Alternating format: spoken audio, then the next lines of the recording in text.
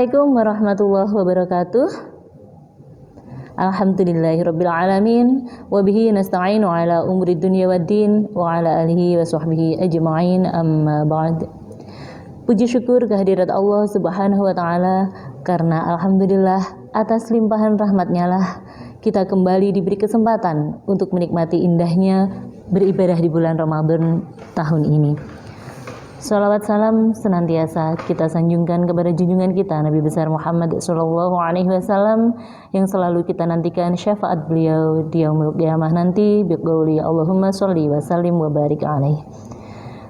Ibu-ibu Dharma Wanita lingkup Kementerian Agama Kabupaten Trenggalek yang dirahmati Allah, sebagaimana kita ketahui bersama bahwasanya Islam sangat memuliakan wanita. Bahkan saking mulia dan spesialnya, segala sesuatu hal aktivitas kita sehari-hari maupun aktivitas beribadah kita semua sudah ada aturan dan kaidahnya dalam Islam, atau yang biasa kita pelajari dalam fikih wanita. Salah satu fikih wanita yang akan saya bahas kali ini adalah yang terkait dengan kodrat wanita tentunya, dan yang terkait dengan keabsahan ibadah kita sehari-hari. Ya, saya yakin di forum ini banyak ibu-ibu yang sudah sering mengikuti kajian tentang berbagai macam darah wanita dan cara menghukuminya, atau biasa kita sebut dengan haid, istihadah, dan nifas. Dilatar belakangi dari hasil bincang-bincang kami dengan para wanita yang ada di sekitar kami, bahwasanya ternyata masih banyak dari kaum kita yang kurang paham atau bahkan tidak paham sama sekali dengan hakikat darah yang mereka keluarkan tiap bulannya. Banyak dari mereka yang hanya tahu bahwa tiap bulan mereka mendapatkan menstruasi atau haid tanpa tahu cara menghukuminya. Bahkan ketika darah yang dikeluarkan itu sudah bukan dihukumi haid, mereka pun tidak tahu dan tetap meninggalkan segala larangan yang memang tidak boleh dilakukan ketika sedang haid. Mungkin ibu-ibu yang ada di forum Dharma Wanita Kemenak ini sudah bukan hal yang asing ya, edukasi tentang ini, tetapi tidak bisa kita pungkiri bahwasanya masih banyak kaum kita di sekitar kita yang masih banyak yang belum paham tentang hal ini. Jadi tugas kita untuk mensiarkannya kepada mereka. Baiklah ibu-ibu yang dirahmati Allah, segera saja kita masuk pada bahasan pertama, yaitu tentang haid. Saya yakin di sini ibu-ibu sudah mengetahui bahwasanya arti dari haid adalah darah yang keluar dari farji seorang wanita setiap bulannya ketika mereka sudah mencapai usia minimal haid, dan itu bukan suatu penyakit tapi karena memang sudah tabiat kita sebagai seorang wanita. Untuk lebih jelasnya akan saya jelaskan pada syarat-syarat darah bisa dihukumi sebagai darah haid. Yang pertama, seperti yang sudah saya jelaskan tadi, darah bisa disebut sebagai darah haid ketika keluar dari farji seorang wanita yang dia sudah mencapai usia minimal haid, yaitu usia 9 tahun Hijriah kurang 16 hari kurang sedikit. Ketika darah itu keluar sebelum 9 tahun Hijriah kurang 16 hari kurang sedikit, itu tidak bisa dihukumi sebagai darah haid, tapi sebagai darah istihadah. Nah, ini PR bagi kita ibu-ibu yang memiliki anak perempuan atau putri. Karena apa? Termasuk saya sendiri. Nah, kita terkadang hanya mencatat dan mengingat tanggal, bulan, dan tahun kelahiran anak perempuan kita secara tahun Masehi, dan kita tidak mengindahkan yang tahun Hijriahnya.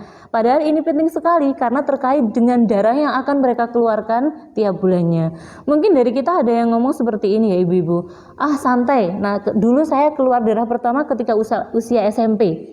Nah, kita tidak bisa membuat itu sebagai patokan bahwa putri kita juga akan mengeluarkan darah pertamanya seusia kita. Karena apa? Kita lihat sendiri sekarang ini banyak sekali anak-anak usia kelas 5 atau 6 SD itu yang sudah mengeluarkan darah pertama mereka. Bukannya tidak mungkin generasi kita selanjutnya akan mengeluarkan darah pertamanya lebih awal dari itu. Ya, dan itu bisa saja terjadi karena berbagai banyak faktor seperti faktor makanan, lingkungan, dan sebagainya. Syarat yang kedua, darah bisa disebut sebagai darah haid adalah keluarnya minimal 1 hari 1 malam apabila darah itu terus menerus, dan 24 jam apabila darah itu keluarnya secara terputus-putus. Misalkan saya hari ini mengeluarkan darah jam 9 pagi, ternyata nanti malam jam 7 darah saya sudah berhenti. Nah, darah saya yang keluar dari jam 9 pagi sampai 7 malam itu tidak bisa dihukumi sebagai darah haid karena tidak memenuhi masa minimal keluar darah yang sehari semalam. Jadi darah yang saya keluarkan itu disebut istihadah, dan sholat yang sudah terlanjur saya tinggalkan mulai zuhur, asar, maghrib itu harus saya qadha atau saya ganti. Syarat yang ketiga, darah bisa disebut darah haid, maksimal keluarnya adalah 15 hari 15 malam. Misalkan saya haid, saya keluar darah lebih dari 15 hari 15 malam secara terus menerus, maka hari ke-16-nya disebut darah istihadah. Dan meskipun keluar darah, karena hukumnya istihadah, saya tetap wajib melakukan berbagai macam ibadah wajib lainnya, yaitu sholat dan puasa apabila itu terjadi di bulan Ramadan. Dan syarat yang terakhir, syarat keempat, masa suci yang membatasi antara darah pertama atau masa haid, ya, masa haid pertama dan masa haid berikutnya itu minimal 15 hari 15 malam.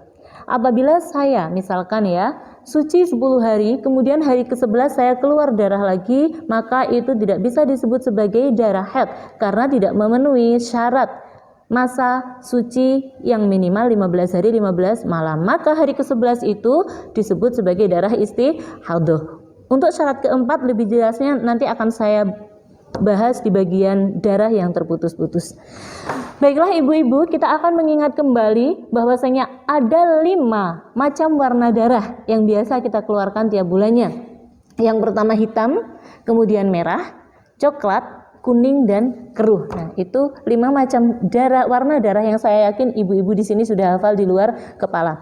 Dan tentunya ketika kita sedang ada dalam masa haid, ada beberapa larangan yang tidak boleh kita kerjakan. Nah, yang pertama yaitu sholat, ya. Jadi sholat wajib, sholat fardu maupun sholat sunnah itu tidak boleh. Dan sholat yang kita tinggalkan selama haid itu tidak perlu diqadha. Kemudian yang kedua, sujud syukur maupun sujud tilawah. Yang ketiga, puasa ketika di bulan Ramadan. Akan tetapi beda dengan sholat, puasa harus kita qadha atau kita ganti di waktu lain di luar waktu Ramadan. Kemudian yang keempat, tawaf ketika kita sedang berhaji. Yang kelima, membaca Al-Quran, di mana di sini konteksnya membaca Al-Quran itu sampai terdengar oleh telinga kita sendiri, itu tidak boleh. Jadi kalau kita misalkan membaca dalam hati atau membaca hanya dengan gerakan mulut itu diperbolehkan. Misalnya ketika kita menyimak anak kita mengaji, kemudian kita ikut gerakan mulut saja tanpa ada suara yang terdengar sampai telinga kita, itu diperbolehkan. Akan tetapi kalau sampai terdengar oleh telinga kita sendiri itu tidak diperbolehkan. Kemudian ketika kita membaca beberapa ayat Al-Quran dengan tujuan berdoa itu diperbolehkan. Misalnya ketika kita membaca Rabbana atina fid dunya hasanah ila akhirih, itu diperbolehkan karena tujuannya untuk berdoa. Berzikir tujuannya untuk bertahlil itu diperbolehkan. Tetapi kalau tujuannya untuk membaca Al-Quran tidak diperbolehkan. Larangan yang keenam yaitu memegang mushaf atau memegang Al-Quran. Akan tetapi kalau Al-Qurannya tafsir, kita juga harus lihat dulu bahwasanya jumlah tafsirnya, kalau di kita kan tafsir dalam bahasa Indonesia ya, itu lebih banyak daripada jumlah ayat Al-Quran yang ditulis dalam kitab atau Al-Quran tersebut. Kalau jumlah tafsirnya lebih banyak, itu diperbolehkan. Yang ketujuh yang tidak diperbolehkan lagi adalah dicerai. Ya, jadi ada perempuan yang mungkin sedang dalam proses perceraian tidak boleh ditalak karena itu bisa memperpanjang masa iddahnya. Jadi nggak boleh ditalak ketika sedang dalam proses perceraian. Berikutnya yang tidak boleh lagi adalah berdiam diri di masjid, karena ini kita sedang membawa najis hadas besar ya, dikhawatirkan nanti bisa mengotori masjid. Kemudian berikutnya yang tidak diperbolehkan lagi sudah pasti ini berhubungan suami istri atau bersetubuh. Dan larangan ke-10 yaitu berwudu atau mandi yang diniati ibadah. Konteksnya mungkin demikian ibu-ibu. Jadi kan ada beberapa dari kita yang mungkin sudah terbiasa setelah mandi kemudian kita berwudu untuk menghilangkan hadas kecil, biasanya seperti itu ya. Nah, kalau kita sedang haid, kita tidak diperbolehkan untuk berwudu atau mandi yang niatnya untuk mensucikan diri dari hadas kecil. Karena itu kita bisa disebut sebagai tala'ubil ibadah atau mempermainkan ibadah. Karena sejatinya kita kan sedang membawa hadas besar, ya, najis. Untuk apa kita menghilangkan yang kecil sementara kita membawa yang besar? Jadi konteksnya seperti ibu-ibu, ya. Jadi itulah 10 larangan yang tidak diperbolehkan ketika kita sedang mendapatkan haid. Kemudian, kapan kita akan dihukumi suci? Nah, kita kembali kepada 5 macam warna darah tadi, ya ibu-ibu. Ada hitam, merah, coklat, kuning, dan keruh. Ada sebagian ulama, ya, dengan hukum yang kuat atau biasa kita sebut dengan qaul as-suhbi. Nah, itu menyampaikan bahwasanya seorang wanita bisa dikatakan suci dari haid ketika dari farjinya sudah keluar warna putih atau bening. Sebelum itu belum bisa dihukumi suci. Akan tetapi dalam qaul al-aqdi itu disebutkan juga ada beberapa ulama yang menyampaikan bahwa ketika warna kuning atau keruh itu sudah keluar, itu sudah dihukumi suci. Karena itu bagian dari keputihan. Nah, tentunya ini membuat kita para ibu-ibu galau, ya, terutama ibu-ibu yang sudah pernah melahirkan. Biasanya kita akan mendapatkan keputihan yang agak dahsyat gitu. Jadi keputihan yang keluar sudah bukan lagi warna putih kental, akan tetapi sudah ke arah kuning dan keruh. Nah, di sini alhamdulillahnya sebagian masyayikh sudah membuat beberapa klasifikasi yang itu bisa kita buat sebagai solusi dan bisa kita amalkan. Nah, hal itu disampaikan oleh Syekh Ali Jum'ah dan Syekh Sa'id Kamali, ya, bahwasanya klasifikasi yang telah ditetapkan oleh para masyayikh itu ada 3.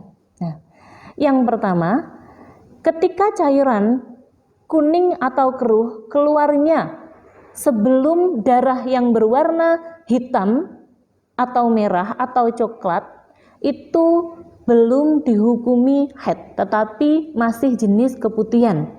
Itu yang pertama, ya. Yang kedua, ketika cairan yang berwarna kuning atau keruh ini keluarnya mengiringi darah haid yang berwarna hitam atau merah atau coklat tadi, itu masih dihukumi haid ketika keluarnya mengiringi atau setelahnya, ya, setelahnya langsung. Jadi itu masih dihukumi haid.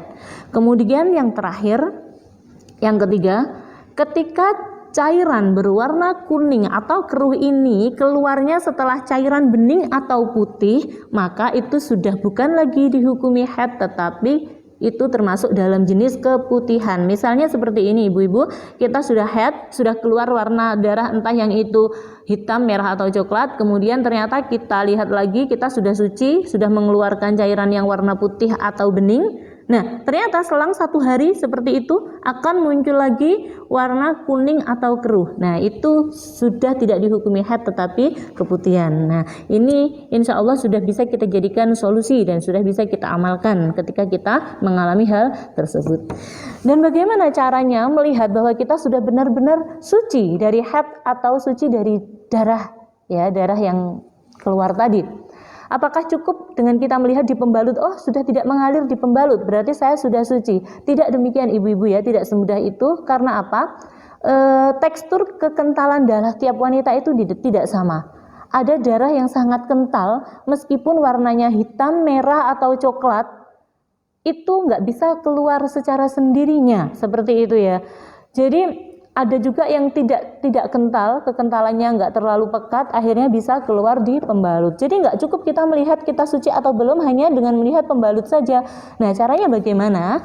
Kita masukkan kapas atau tisu atau kain yang berwarna putih, ya, itu ke dalam kemaluan kita bagian dalam seperti itu. Kita masukkan, kita tekan sedikit selama beberapa detik, kemudian kita keluarkan. Kalau di kapas tersebut warnanya sudah kuning atau keruh, berarti itu berarti kita belum suci.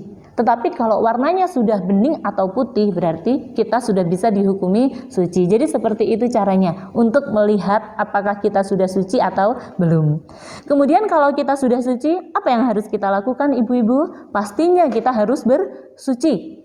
Dan sebelum melaksanakan sholat wajib atau ibadah wajib, kita wajib mandi besar terlebih dahulu. Nah, gimana kalau misalkan Bu, saya suci jam 9 pagi, kemudian saya pengennya nanti mandi besar ketika mau sholat zuhur, apakah itu diperbolehkan? Diperbolehkan. Jadi sunnahnya ketika kita sudah tidak melihat darah gitu ya dari farji kita lihat kita sudah bersih, sudah bisa dihukumi suci, sunnahnya adalah kita beristinja dan berwudu dulu. Perkara kita nanti mau mandi besarnya menjelang sholat zuhur itu diperbolehkan. Karena mandi besar itu kan bukan hanya untuk ketika kita selesai dari haid, tetapi mandi besar itu dilakukan ketika kita mau mensucikan diri dari hadas besar dan kita akan melakukan ibadah wajib. Nah, mandi besar ini ya, mandi besar ini bisa kita tunda, tetapi hanya ketika kita berada dalam keadaan darurat ya. Daruratnya bagaimana? Kita tahu ibu-ibu ya, bahwasanya untuk mandi besar itu syaratnya kan kita menggunakan air kayak gitu ya. Kita menggunakan air. Nah, berarti sesuatu hal yang darurat itu adalah ketika di mana tempat tersebut tidak ada air untuk bersuci. Karena hakikatnya apa?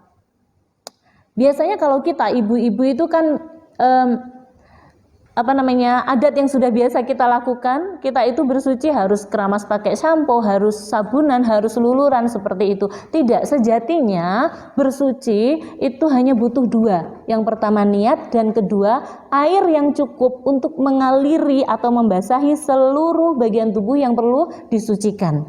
Nah, itu sebenarnya syaratnya.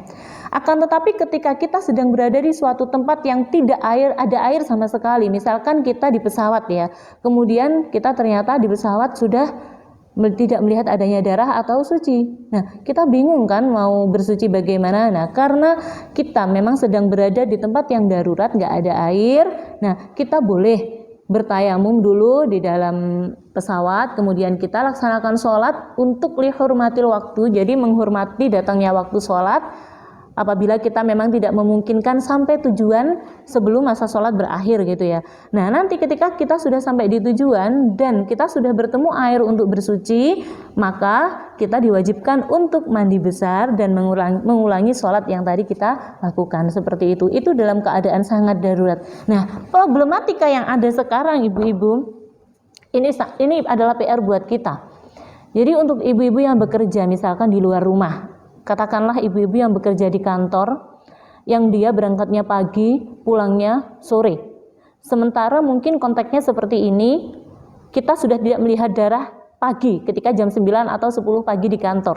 Nah, sementara kalau kita sudah suci, nggak melihat darah, berarti kita nanti kan wajib untuk sholat zuhur. Padahal untuk sholat zuhur kita harus mandi besar terlebih dahulu. Nah, karena mungkin di kantor akhirnya banyak yang menyepelekan, nanti saja di rumah saja ketika asar sekalian. Nah, itu yang tidak diperbolehkan ibu-ibu ya. Jadi karena kita sudah suci, maka sudah harus wajib mandi besar dan sholat zuhur. Bagaimana? Karena kita masih di kantor, mandinya gimana lah? Di kantor kan masih ada air, seperti itu ya. Jadi kita kembali ke hakikatnya mandi besar tadi, yang dibutuhkan hanya niat dan hanya air yang bisa mensucikan atau membasahi seluruh tubuh. Kita tidak perlu lah untuk sampoan, sabunan atau apa, untuk sekedar bisa mandi besar. Perkara nanti sampoan dan sebagainya bisa kita lakukan ketika kita sudah sampai di rumah. Yang penting kita mandi besar dulu di tempat di mana kita ada air, di tempat di mana kita saat itu gitu ya, untuk bisa melaksanakan sholat wajib zuhur. Dan ini juga problem kita saat ini, terutama untuk ibu-ibu yang mempunyai anak perempuan usia SMP dan SMA, karena kita ketahui bersama bahwasanya sekolah itu sekarang untuk sistem full day school sudah hampir diterapkan gitu ya di semua sekolah. Nah, ketika anak kita mengalami hal yang sama dengan tadi, kasus tadi, anak perempuan kita, nah ini edukasi yang perlu kita jelaskan ke mereka. Ketika mungkin paginya kita sudah adatnya mungkin 7 hari gitu ya. Terus mereka sudah kelihatan nanti, oh kelihatannya kalau pagi keluarnya keruh, nanti sekitar berapa jam lagi saya adatnya atau biasanya suci. Tanamkan kepada anak-anak kita untuk nanti tetap bersuci atau mandi besar di sekolah untuk bisa melaksanakan sholat zuhur seperti itu ya. Sholat zuhur sebagai ibadah wajib. Jadi karena apa? Full day school kan tidak mungkin mereka pulang sekolah sebelum masa sholat zuhur habis. Biasanya pulang sekolah itu sudah terlewat masa zuhur atau sudah menjelang asar. Jadi ini yang harus benar-benar kita edukasi kepada putri-putri kita. Dan juga di sini saya titip pesan kepada mungkin para ustazah atau guru-guru ya dalam forum ini yang ini sebenarnya merupakan kewajiban kita untuk mengingatkan kepada mereka seperti itu, untuk menyampaikan kepada mereka, terutama mungkin ibu-ibu yang punya profesi sebagai ustazah atau guru agama. Benar-benar tentang fikih wanita yang satu ini harus kita jelaskan kepada mereka, terutama tentang bagaimana mereka bersuci dan apa yang harus dilakukan ketika mereka sudah bersuci dari haid atau hadas besar, karena ini berkaitan dengan ibadah wajib. Kemudian, nah bagaimana cara mengkodok sholatnya? Katanya tadi orang yang haid itu larangannya salah satunya adalah tidak boleh sholat. Tapi kenapa harus dikodok? Nah bukannya kita tidak mengkodok sama sekali ibu-ibu ya. Jadi ada beberapa hal, ada beberapa waktu sholat yang memang harus kita kodok. Dan ini ada 3 poin di sini. Poin pertama, mengkodok sholat yang kita tinggalkan di awal haid. Misalnya konteksnya kayak gini, waktu zuhur masuk jam 12, mungkin seperti itu ya.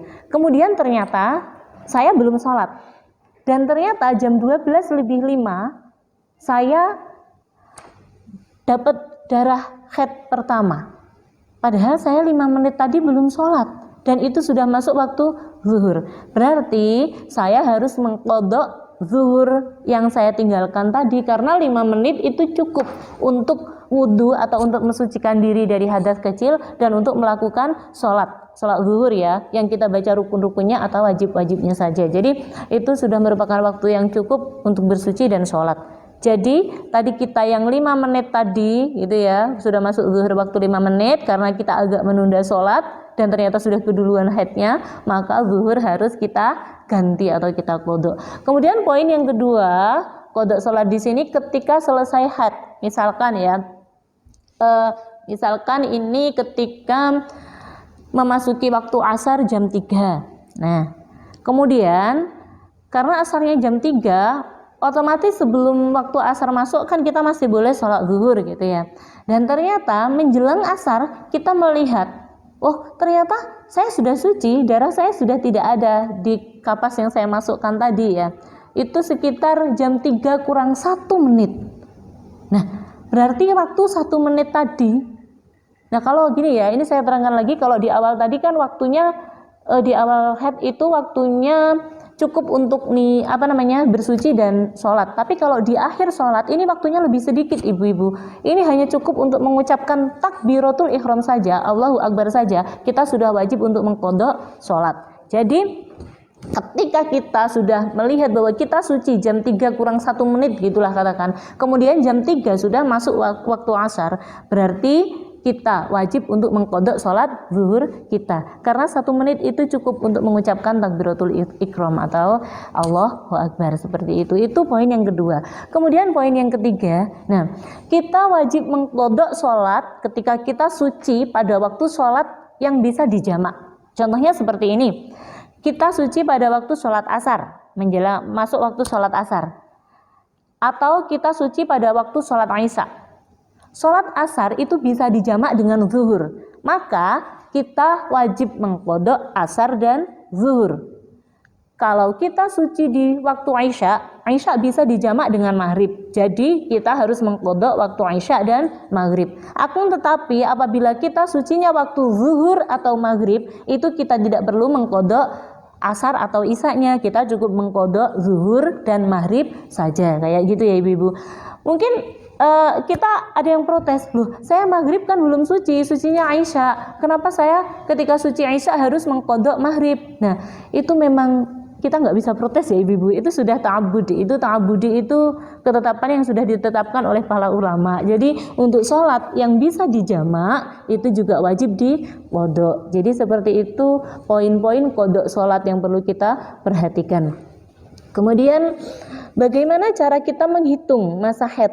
Nah, misalkan ibu-ibu mendapatkan haid tanggal 1 sampai tanggal 7. Kemudian ditanya, Ibu berapa hari haidnya? Kita tidak bisa menjawab 7 hari, meskipun itu tanggal 1 sampai tanggal 7. Karena apa?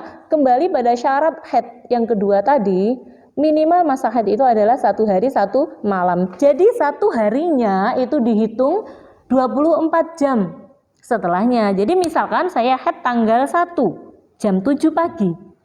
Hitungan 1 harinya itu adalah tanggal 2 jam 7 pagi. Jadi ketika kita haid tanggal 1 sampai tanggal 7 itu kita haidnya adalah 6 hari. Begitu juga ketika kita menghitung masa suci. Nah ini yang fatal. Ketika masa suci misalkan saya suci tanggal 1 sampai 15. Itu bukan berarti saya sucinya 15 hari, tapi 14 hari. Nah ini yang berbahaya ibu-ibu. Ketika tanggal 16 kita keluar darah, meskipun itu tanggal 16 ya, itu bukan berarti 16 hari, tetapi masih 15 hari. Jadi misalkan saya suci tanggal 1 sampai 15, karena masih 14 hari, jadi tanggal 16 keluar itu masih dihukumi istihadhah, bukan haid. Karena apa? Saya sucinya masih 14 hari. Dan itu belum memenuhi masa minimal suci. Masa minimal suci seperti yang di syarat keempat tadi adalah 15 hari 15 malam. Seperti itu cara menghitung masa haid dan masa suci. Kemudian ini yang banyak lagi pertanyaan seperti itu ya. Bagaimana hukumnya memotong rambut dan memotong kuku ketika sedang haid? Apakah itu diharamkan? Sejatinya bukan diharamkan, tetapi kita tidak mendapatkan kesunahan apabila kita melakukannya. Karena memang nanti kan setelah masa haid selesai kita diwajibkan untuk mandi besar. Akan tetapi itu bukan hal yang diharamkan atau semena-mena langsung kita berdosa kalau melakukannya, tidak. Tapi kita tidak mendapatkan kesunahan gitu ya. Nah, bagaimana kalau rambut itu rontok atau ketika kita membersihkan rambutnya yaitu rontok ya. Nah, apakah rambut itu perlu dikumpulkan kemudian disucikan di akhirnya? Seperti ini konteksnya ibu-ibu ya kalau untuk rambut rontok. Sejatinya itu bukan hanya ketika kita sedang haid saja dianjurkan atau disunahkan untuk mengumpulkan rambut. Itu terkait dengan aurat. Jadi kan rambut termasuk aurat yang tidak bisa dilihat atau tidak boleh dilihat oleh ajnabi seperti itu ya. Jadi akan lebih baiknya kalau entah haid atau tidak ketika rambut kita rontok itu lebih baik kita kumpulkan dan kita buang ke tempat yang aman agar tidak berserakan seperti itu. Nah, kemudian waktu haid tadi apakah rambut yang rontok itu perlu disucikan? Nah, hakikatnya yang disucikan itu apa yang masih menempel di tubuh kita. Kalau sudah tidak menempel itu sudah tidak wajib untuk disucikan seperti itu. Nah, baiklah ibu-ibu, selanjutnya saya akan membahas tentang darah yang terputus-putus, dan ini rentan sekali dialami oleh kita ibu-ibu yang mengikuti kontrasepsi ya, kontrasepsi atau KB. Ini sering sekali pertanyaan ini muncul gitu ya. Jadi bagaimana kita menghukumi darah yang terputus-putus keluarnya? Nah, di sini kita akan bahas 3 poin. Poin yang pertama, darah yang terputus-putus disebut sebagai haid yang terputus-putus. Selama rumusnya seperti ini. Darah yang keluar pertama ditambah masa suci ditambah darah yang keluar kedua itu masih dalam rangkaian kurang dari 15 hari. Ya. Ini disebut haid terputus-putus. Misalnya, saya keluar darah pertama 4 hari. Terus ternyata setelah itu saya suci 3 hari. 3 hari suci, tapi ternyata setelah 3 hari suci saya keluar darah lagi 4 hari. Kalau kita total, darah pertama keluar tadi 4 hari, ditambah suci 3 hari menjadi 7 hari, dan ditambah keluar darah kedua adalah 4 hari. Jadi totalnya adalah 4 tambah 3 tambah 4, 11 hari. Nah, masa maksimal haid itu kan 15 hari 15 malam. Jadi ini belum memasuki masa maksimal haid, disebut haid terputus-putus. Jadi semuanya dihukumi haid. Nah, bagaimana dengan kewajiban ibadah kita, ibadah wajib? Mungkin yang 3 hari tadi, ya, yang 3 hari tadi ketika masa suci kita kan tidak melihat adanya darah sama sekali ya. Kita sudah terlanjur sholat fardu, mungkin dari kita sudah terlanjur melakukan hubungan suami istri. Nah, karena dilihat di situ kita sudah tidak mengeluarkan darah lagi, itu diperbolehkan atau dimaafu karena memang kita nggak melihat darah, meskipun ini dalam rangkaian haid yang terputus-putus. Akan tetapi misalkan itu terjadi di bulan Ramadan dan 3 hari ini kita sudah terlanjur suci, sudah terlanjur puasa, padahal masih dalam rangkaian haid yang terputus-putus. Ya, ini dalam qaul as-Shahbi disebutkan bahwa 3 hari ini kita tetap wajib mengqadha puasa kita. Seperti itu ya. Jadi ini masih dalam rangkaian haid, tetapi dalam qaul al-Aqdi ini kita diperbolehkan untuk tidak mengqadha. Jadi bagaimana menghukuminya? Kita tanyakan pada hati kita, seperti itu ya. Untuk qaul as-Shahbi harus diqadha, qaul al-Aqdi tidak. Seperti itu. Kemudian yang kedua, rumus darah terputus-putus yang kedua adalah istihadah penyempurna suci, istilahnya ibu-ibu ya. Rumusnya bagaimana? Rumusnya haid yang keluar pertama ditambah masa suci, ini jumlahnya pas 15 hari atau lebih dari 15 hari. Jadi misalkan gini, saya keluar darah pertama 5 hari, kemudian 10 hari setelah itu saya suci. Ternyata apa? Nah, setelah 10 hari suci, saya keluar darah lagi selama 6 hari. Kita total dulu, darah yang pertama keluar ditambah masa suci tadi ya. Darah pertama keluar 5 hari, masa suci 10 hari, berarti saya pas 15 hari. Kemudian ternyata di hari ke-16 tadi keluar lagi darah gitu ya. Padahal saya sucinya masih 10 hari. Suci 10 hari itu belum memasuki masa minimal suci yang memisahkan antara 2 haid. Masa minimal suci yang memisahkan antara 2 haid itu adalah 15 hari 15 malam. Nah, karena belum memenuhi masa minimal suci, jadi darah saya yang keluar kedua tadi selama 6 hari itu sebagian harus disebut atau dihukumi sebagai istihadah penyempurna suci. Jadi berapa hari istihadah penyempurna suci saya? Karena saya suci masih 10 hari, maka untuk menggenapi ke 15 hari 15 malam, yang 5 hari saya hukumi istihadah dan yang 1 hari dihukumi haid.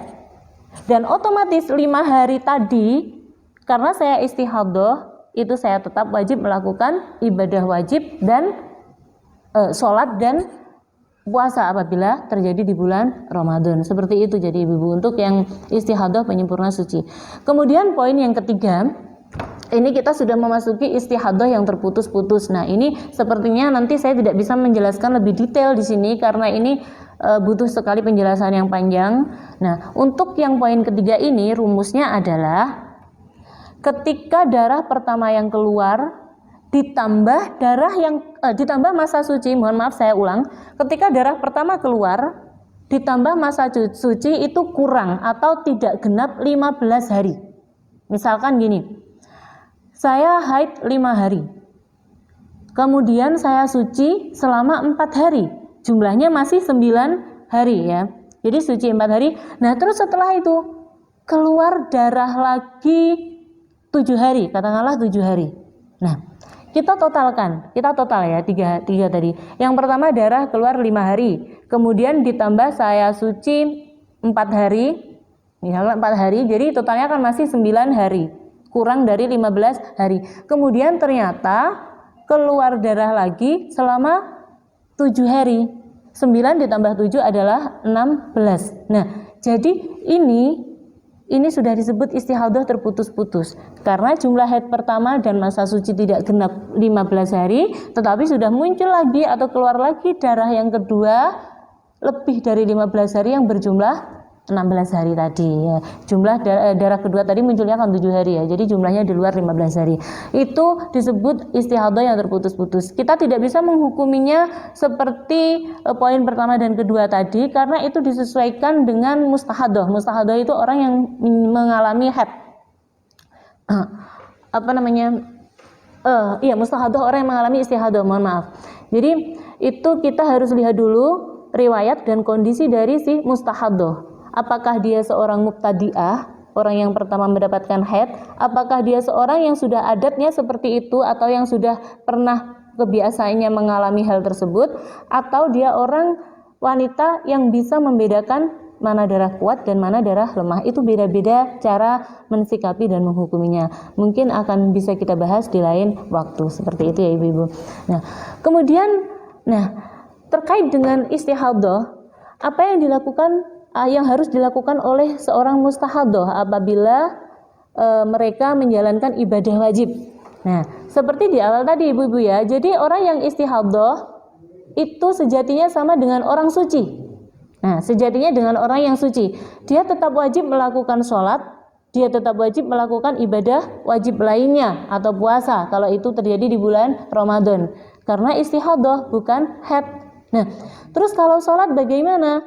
Apakah cara-caranya sama dengan orang yang sholat suci? Pada umumnya tidak sama ibu-ibu ya. Jadi yang pertama untuk seorang mustahadah itu sholatnya yang pertama harus sudah ketika memasuki waktu sholat wudunya ya. Jadi tidak boleh misalkan zuhur misalkan masuk waktu zuhur jam 12 terus saya jam 12 itu wudu dulu, nggak boleh. Jadi wudunya harus sudah memasuki masa sholat atau memasuki jam sholat. Kalau zuhur waktunya masuk itu jam 12, maka wudunya juga harus jam 12. Nah, setelah memastikan bahwa waktu sholat sudah masuk, yang pertama harus dilakukan adalah istinja. Setelah beristinja, kita harus meminimalisasi darah yang keluar. Caranya bagaimana cara meminimalkan? Ada dua cara. Yang pertama penyumbatan. Nah, penyumbatan ini dilakukan dengan cara kita memasukkan kapas seperti itu ya ke dalam kemaluan yang dalam agak dalam, dan ini nggak boleh setengah-setengah, jadi nggak boleh setengah di luar setengah di dalam karena itu tetap najis hukumnya ya. Jadi disumbat ke arah dalam, ke arah jalan keluarnya darah. Akan tetapi ini biasanya kalau dikira membahayakan boleh tidak dilakukan penyumbatan ini. Misalkan ketika kita melakukan itu kemudian terasa sangat sakit sekali, itu boleh nggak dilakukan. Kemudian ketika yang mustahadah itu seorang perempuan yang masih gadis, dikhawatirkan itu bisa merusak selaput kewanitaannya, itu juga diperbolehkan untuk tidak melakukan penyumbatan. Dan penyumbatan itu juga dilarang ketika sedang dalam puasa Ramadan. Karena apa? Itu bisa membatalkan puasa. Jadi bisa dilakukan dengan cara yang kedua, yaitu pembalutan. Nah, pembalutan ini dengan cara memakai pembalut yang bersih. Jadi pembalutnya harus bersih atau baru, nggak boleh pembalut yang sudah tadi dipakai. Kemudian ditambah dengan celana dalam yang ketat. Seperti itu ya. Jadi kalau celana dalamnya nggak ketat, hanya sekedar biasa, itu sifatnya bukan meminimalisir darah, tetapi hanya menampung saja. Jadi syaratnya pembalutan itu harus dengan pembalut yang bersih dan celana dalam yang ketat. Nah, kemudian setelah itu apa yang harus dilakukan? Langsung berwudu. Wudunya niatnya juga bukan nawaitul wudu ali rafil hadatsil asghari ila akhirih, tidak, karena ini sejatinya kita tidak membersihkan diri dari dari hadas kecil, tetapi niatnya dengan menggunakan niat nawaitul wudu'a lifti hadati sholati fardalillahi ta'ala, seperti itu. Jadi ada niatnya tersendiri untuk orang yang istihadah. Setelah wudu apa yang harus dilakukan? Langsung sholat ya, langsung sholat fardu. Kita tidak boleh menjeda, misalkan setelah wudu mau makan dulu terus sholat, tidak boleh, karena kalau orang istihadah itu harus dilaksanakan secara berturut-turut seperti itu. Dan satu wudu itu hanya untuk satu kali sholat fardu ya. Jadi satu wudu hanya untuk satu kali sholat fardu. Tidak seperti biasanya kalau kita dalam keadaan bersuci, biasanya kan, ini saya pribadi ya, misalkan saya sholat maghrib terus saya menahan untuk tidak batal sampai isya sekalian gitu, mungkin karena lagi dingin, malas ke kamar mandi, malas wudhu. Nah itu nggak boleh kalau istihadah. Jadi istihadah 1 kali wudhu itu untuk 1 kali sholat fardu dan beberapa kali sholat sunnah. Ya, jadi misalkan di bulan Ramadan kayak gini, itu kita mau sholat isya harus wudhu ya, wudhu 1 kali itu untuk sholat isya dan untuk sholat tarawih itu boleh. Nah itu caranya mustahadah. Kemudian untuk puasanya itu sah, jadi tetap wajib puasa Ramadan dan tidak perlu dikodok setelahnya karena hakikatnya istihadah itu adalah suci. Nah demikian tadi penjelasan tentang istihadah. Yang terakhir yang akan kita bahas adalah tentang nifas, ibu-ibu ya. Nah nifas ini banyak sekali pemahaman yang sudah terlanjur melekat di masyarakat kita dan itu banyak yang keliru seperti itu. Jadi seperti kita ketahui bersama, ibu-ibu yang pernah melahirkan pasti pernah mengalami masa nifas. Jadi nifas itu hampir sama dengan haid definisinya, darah yang keluar dari farji seorang wanita. Akan tetapi kalau nifas itu ketika setelah melahirkan, baik itu melahirkan bayi yang sehat atau keguguran atau hamil anggur. Nah selama itu sudah dipastikan hamil, itu disebut nifas, darah yang dikeluarkan setelahnya gitu ya, darah yang dikeluarkan setelah melahirkan atau setelah keluar. Nah nifas ini darah yang keluar itu bisa secara langsung, maksudnya ketika setelah melahirkan terus langsung keluar. Nah ini disebut nifas. Dan ada juga nifas yang secara tidak langsung. Ini banyak terjadi pada ibu-ibu yang melahirkan secara sesar atau biasa kita sebut dengan kelahiran atau melahirkan kering gitu ya. Jadi setelah melahirkan, karena mungkin tidak lewat jalan melahirkan pada umumnya gitu ya, itu darah ada yang tidak langsung keluar. Nah, selama darah itu keluarnya tidak melebihi 15 hari, itu masih disebut darah nifas. Misalkan, saya hari ini melahirkan, karena sesar mungkin tidak langsung keluar darah, tapi 5 hari kemudian masih keluar darah, baru keluar darah. Nah, hari kelima saya keluar darah itu masih disebut masa nifas, disebut nifas gitu ya. Akan tetapi kalau keluarnya sudah lewat 15 hari itu tidak bisa disebut nifas kayak gitu. Jadi sudah haid kalau sudah lewat 15 hari. Nah, berikutnya berapa masa minimal nifas? Nah, ini yang sering kali terjadi kesalahpahaman di masyarakat kita. Banyak yang mengatakan bahwa nifas itu minimal 40 hari 40 malam. Salah ibu-ibu ya. Jadi nifas itu minimal sebentar saja gitu ya. Misalkan hanya keluar 1 kali saja, 1 detik atau 1 menit saja, itu masa minimal nifas. Jadi masa minimalnya bukan 40 hari 40 malam, tetapi hanya sebentar saja. Kalau setelah keluar sebentar saja itu, meskipun hanya 1 jam dan keluar, nah setelah itu suci, kita wajib bersuci, mandi besar dan kembali melakukan sholat wajib. Dan hal ini sudah pernah terjadi atau dialami oleh Sayyidatina Fatimah Az-Zahra ya, putri Kanjeng Nabi kita sendiri juga mengalami hal yang sama. Beliau melahirkan waktu Isya dan setelah itu beliau mengeluarkan darah sebentar saja, kemudian ternyata suci. Beliau bersuci dan melaksanakan ibadah wajib. Nah, jadi salah besar kalau nifas itu minimal 40 hari 40 malam. Dan maksimal nifas itu 60 hari 60 malam. Seperti itu ibu-ibu ya. Nah, bagaimana kalau tadi melahirkan kering? Misalkan nifasnya mulai hari kelima. Menghitungnya mulai dari keluar darah hari kelima tadi atau dari ketika kita melahirkan untuk masa nifasnya. Nah, masa nifasnya tetap dihitung dari mulai kita melahirkan meskipun belum langsung keluar darah. Itu menghitungnya, tetapi kita keluar nifasnya kan tanggal 5. Tapi menghitungnya 60 hari itu dihitung sejak kita melahirkan sampai 60 hari berikutnya. Apabila di hari setelah 60 hari itu masih keluar darah, itu disebut istihadah, bukan lagi nifas. Seperti itu ibu-ibu ya. Dan ada beberapa larangan untuk wanita nifas, sama seperti haid tadi ya, sama seperti haid tadi untuk larangannya, hanya saja jumlahnya lebih banyak masa maksimalnya daripada haid.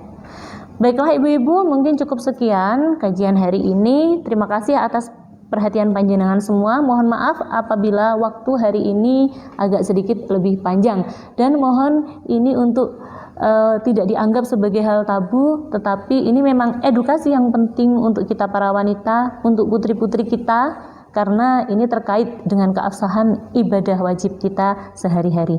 Sebelum saya tutup, saya ucapkan terima kasih kepada yang terhormat Ibu Ketua Dharma Wanita Lingkup Kementerian Agama Kabupaten Trenggalek beserta ibu-ibu pengurus lainnya telah memberi kesempatan kepada kami untuk saling tholabul ilmi, saling sharing tentang hal-hal yang positif di bulan Ramadan ini dalam acara Hasanah Ramadan. Semoga apa yang kita lakukan akan menjadikan itu sebagai amal hasanah untuk kita semua. Sekian, terima kasih atas perhatiannya. Wallahul muwaffiq ila aqwamit thoriq. Wassalamualaikum warahmatullahi wabarakatuh.